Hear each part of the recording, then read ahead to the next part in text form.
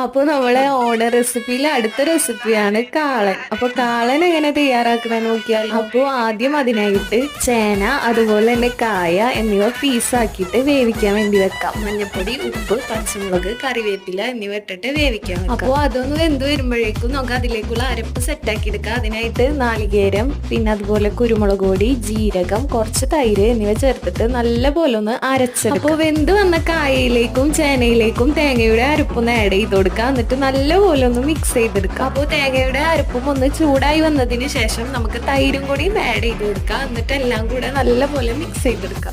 അപ്പോൾ ലാസ്റ്റ് ആയിട്ട് അതൊന്ന് കാച്ചെടുക്കണല്ലേ. അപ്പോൾ അതിനായിട്ട് ഓയിൽ പിന്നെ കുറച്ച് ഗീയും കൂടി ആഡ് ചെയ്തിട്ടുണ്ട്. എന്നിട്ട് ഉലുവ ആഡ് ചെയ്തു. അതുപോലെ തന്നെ കടുക്, ഉണക്കമുളക്, കറിവേപ്പില എന്നിവ പൊട്ടിച്ചെടുത്തു. അതിനുശേഷം നമ്മളെ കാളൻ, അപ്പോൾ കാളനും ഇവിടെ സെറ്റ് ആയിട്ടുണ്ട്. അപ്പോൾ എല്ലാവരും ഒന്ന് ട്രൈ ചെയ്ത് നോക്കുക. എന്നിട്ട് ഫീഡ്ബാക്ക് ഒക്കെ കമന്റ് ചെയ്യാട്ടോ. അതുപോലെ ഓണം റെസിപ്പീസ് നമ്മളെ ചാനലിൽ അപ്ലോഡ് ആക്കിയിട്ടുണ്ട്. അപ്പോൾ അതൊന്ന് ജസ്റ്റ് കാണാം കേട്ടോ.